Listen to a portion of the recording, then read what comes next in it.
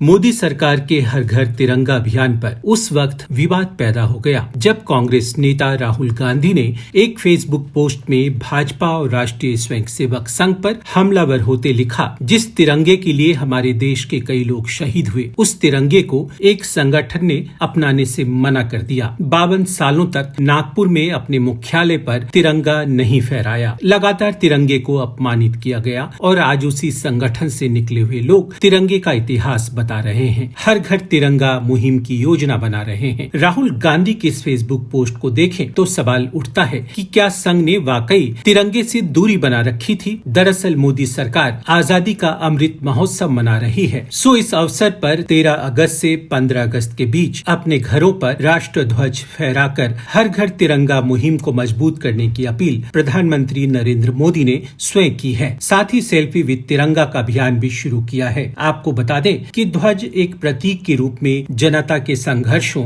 बलिदानों और लक्ष्यों को दर्शाता है। इसके अनगिनत उदाहरणों से इतिहास रंगा है, जब तिरंगे को साथ लिए सीने पर गोलियां और सिर पर लाठियां खाकर देश की आजादी पर मर मिटने वाले रणबांकुरों ने इतिहास रच दिया। 14 अगस्त 1947 को संघ ने अपने अंग्रेजी पत्र ऑर्गेनाइजर में लिखा, वे लोग जो किस्मत के दांव से सत्ता तक पहुँचे हैं, वे भले ही हमारे हाथों में तिरंगा थमा दे, लेकिन हिंदुओं द्वारा न इसे कभी सम्मानित किया जा सकेगा और न ही अपनाया जा सकेगा। 3 का आंकड़ा अपने आप में अशुभ है और एक ऐसा झंडा जिसमें 3 रंग हो वो बेहद खराब मनोवैज्ञानिक असर डालेगा और देश के लिए नुकसानदेह साबित होगा। आपको बता दें, जब आजादी की लड़ाई के दौरान 26 जनवरी 1930 को तिरंगा झंडा फहराने का निर्णय लिया गया, तब संघ प्रमुख डॉक्टर हेडगेवार ने एक आदेश पत्र जारी कर तमाम शाखाओं पर भगवा झंडा फहराने का निर्देश दिया। दरअसल संघ महाराष्ट्रीय ब्राह्मण शासक पेशवाओं के भगवा झंडे को भारत का राष्ट्र ध्वज बनाना चाहता था। संघ के दूसरे सरसंघचालक गोलवलकर ने गुरु पूर्णिमा के अवसर पर एक आम सभा को संबोधित करते हुए कहा था, सिर्फ और सिर्फ भगवा ध्वज ही भारतीय संस्कृति को पूरी तरह प्रतिबिंबित करता है। हमें पूरा यकीन है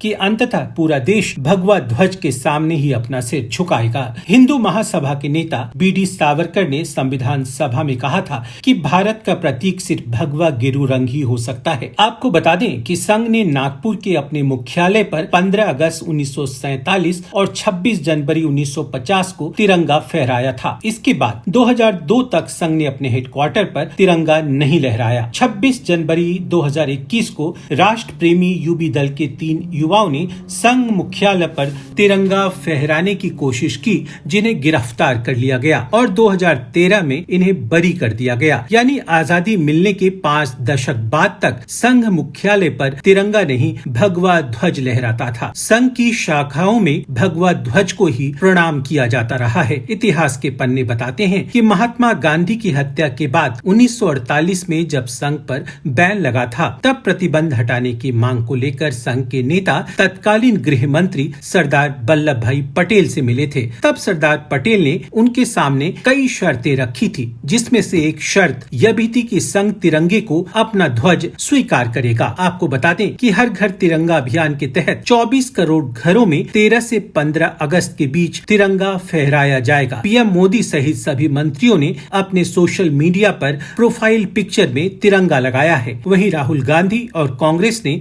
जवाहरलाल नेहरू की तिरंगा लहराते हुए फोटो को अपने प्रोफाइल पिक्चर में लगाया है, लेकिन संघ ने अपने ऑफिशियल पेज सोशल मीडिया की प्रोफाइल फोटो में तिरंगा का इस्तेमाल नहीं किया है। वहीं तिरंगा न लगाने के जवाब में संघ के लोग कह रहे हैं कि 2004 में सुप्रीम कोर्ट ने निजी तौर पर तिरंगा लगाने की पाबंदियां हटा दी थी। तब से संघ कार्यालय पर भी राष्ट्र ध्वज फहराया जा रहा है। वैसे भी किसी देश का राष्ट्रीय ध्वज देशवासियों के स्वाभिमान, देश की परंपराओं और इतिहास से निर्धारित होता है। सो तिरंगे के इतिहास पर अगर नजर डालें तो 1921 में कांग्रेस का बेजबाड़ा अधिवेशन आंध्र प्रदेश में चल रहा था। वहाँ एक नौजवान पिंगली वेंकैया ने एक झंडा बनाया जो लाल और हरे रंग से बना था। उस युवक ने इस झंडे को गांधी जी को दिया। ये दोनों रंग हिंदू और मुस्लिम समुदाय का प्रतिनिधित्व कर रहे थे। इस पर गांधी जी ने सुझाया कि इसमें एक सफेद पट्टी भी होनी चाहिए जो भारत के अन्य समुदायों का भी प्रतिनिधित्व करे और राष्ट्र की प्रगति का संकेत देने के लिए एक चलता हुआ चरखा होना चाहिए। 1921 तिरंगे के इतिहास का गवाह है। 22 जुलाई